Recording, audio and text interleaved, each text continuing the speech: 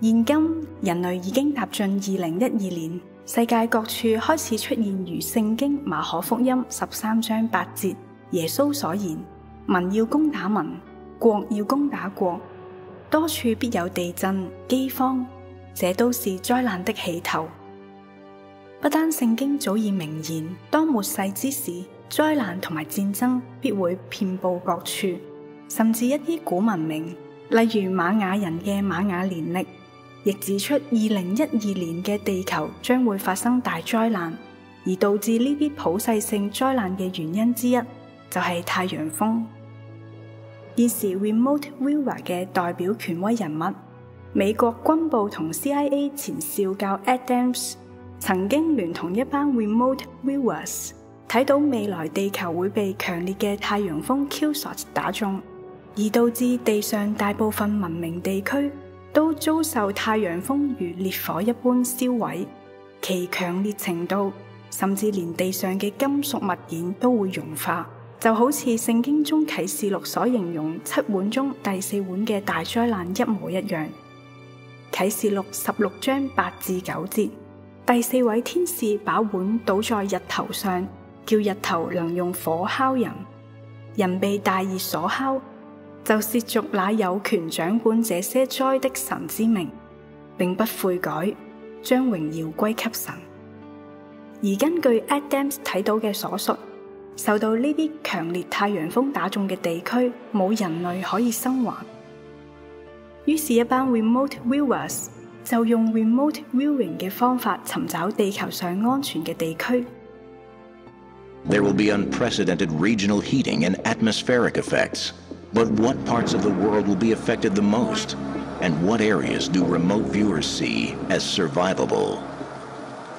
This is not to say, I want to presage, I want to caveat what I'm about to say and qualify it with this.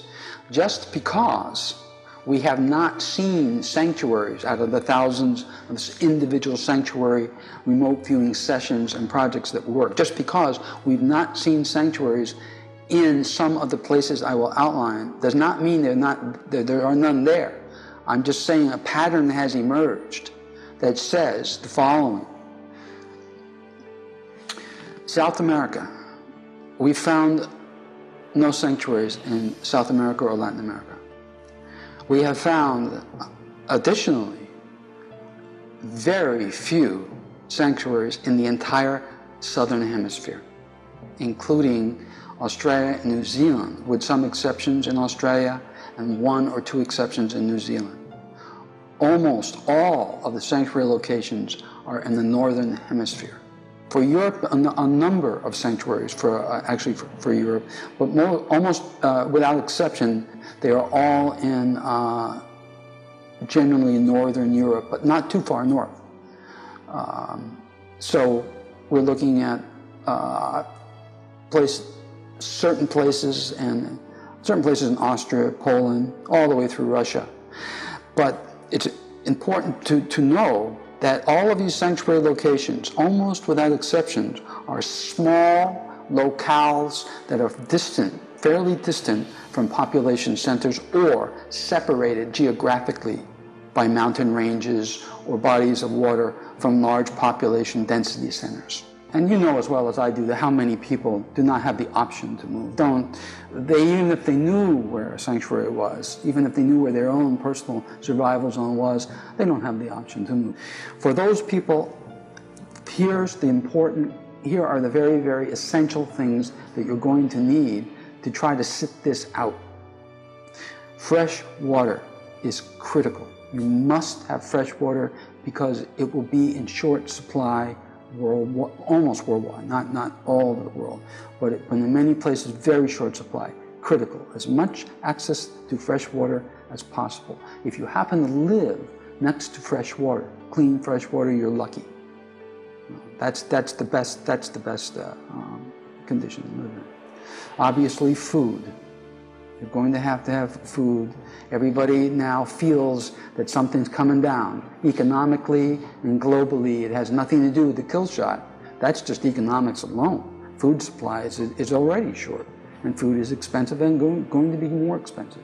But it will be absent. There will be no access to food once the kill shot sequence starts. You'll have to have stored food. Shelter. You need to have shelter, as you know, and you're going to need to protect yourself. You can't do this alone. People need people. You'll have to band together as communities, hopefully, and for self-protection and to help each other through this. Remote viewing in terms of forecasting and predicting is, remember, it's different. Remote viewing is direct knowledge. In this case, kill shot case, we're perceiving an event, we're downloading data, period. You can take that or leave it. Do whatever you want with the information. I feel that it's important in terms of a public service to put that info out, like we did in the case of a global economic collapse. When gold was $230, I told the public on national radio, it's going to $2,000. Everybody laughed at that. They laughed at the Japanese quake. In fact, the Japanese public were so scared they didn't want to believe that something like that would ever happen. A nuclear reactor breaking. Those kinds of things. You know, we've got a track record here. It's scary. It scares me. I don't even want to be in denial sometimes about the very information I download. I don't want to believe it, and yet I have to. I have no choice. But I sure don't want to think about it. But I'm going to have to. It's going to be forced down my throat sooner than not. An important consideration, and let's not kid ourselves, you can imagine how many emails I receive and how many people walk up to me and say, Ed, you know, I believe that this is going to happen based upon your past predictions and based upon my own remote viewing. But my family and friends think I'm bonkers, or they're not going to accept this, or they're angry at me for talking about it. What should I do?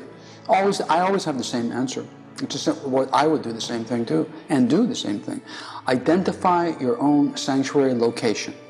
Identify it. Recon it and become familiar with the area. Take some time off from work. If you're lucky enough to have a job under this administration, take some time off from work. Go and familiarize yourself with this place, this small town or village or wherever it is. And know how far it is to drive, or if you have to get on a plane, how long it will take to get there, etc. That's it.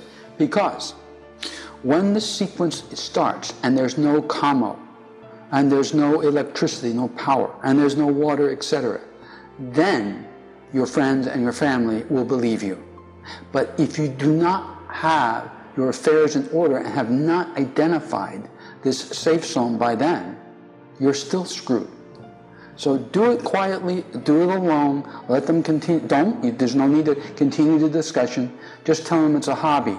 Identify this place to go to. That way when they're scared to death, you can say, honey, let's go. Take the kids and let's go. Call your brother, your sister later, when we get there, and then, if you can call at all, or tell them where we are going so they can come too. Do that.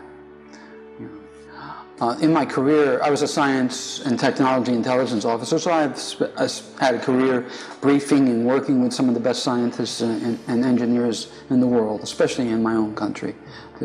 And I've seen skepticism in all fields, so I'm perfect. It's easy to understand skeptics, and frankly, if I were not a remote viewer, and Ed Dames or somebody like me came up to me and told me about this, I wouldn't believe him. How could you? This thing is so disastrous to even think about. Why even think about it? You don't want to hear stuff like this. The world's a difficult, some places, many places, grim enough place to live now. Who wants to hear about the end of days and being fried by El Sol? So I'm perfectly sympathetic. There's an additional point that I really need to make. I really need to make this because there's so much confusion in the public eye about remote viewing and remote viewing predictions compared with the end of the world type of prognostications that we see all over the place too. We're not saying, as professional remote viewers, that the kill shot sequence is the end of the world. We're saying it's the end of life on Earth as we know it, probably. But it's not the end of the world. There are still going to be humans alive on this planet. that are going to have to rebuild after the sun goes back to normal, which it will. We don't know how long that will be. 根據由 Adams 所帶領嘅一班 remote viewers 所見，當呢一波強烈嘅太陽風 Q-SOT 打中地球時，整個拉丁美洲嘅地區，即係中美洲同埋南美洲，係完全冇可以逃避嘅地方，而大部分南半球都會被太陽風 Q-SOT 所完全摧毀，而澳洲同埋紐西蘭只有一兩處地區可以逃避太陽風 Q-SOT 嘅毀滅。所有能夠逃避太陽風 Q-SOT 嘅地方，都集中喺北半球較高緯度嘅地區，例如歐洲中北部嘅奧地利、波蘭同一部分嘅俄羅斯地區，而所有熱帶同埋亞熱帶地區都會被太陽風 Q-SOT 完全摧毀，而香港正係位處於亞熱帶地區。此外，大部分人口集中嘅地方，即係所有大城市，皆將無一幸免。再者，當咁強烈嘅太陽風 Q-SOT 打中地球嘅話，一定會令地球產生超級大地震並大海嘯。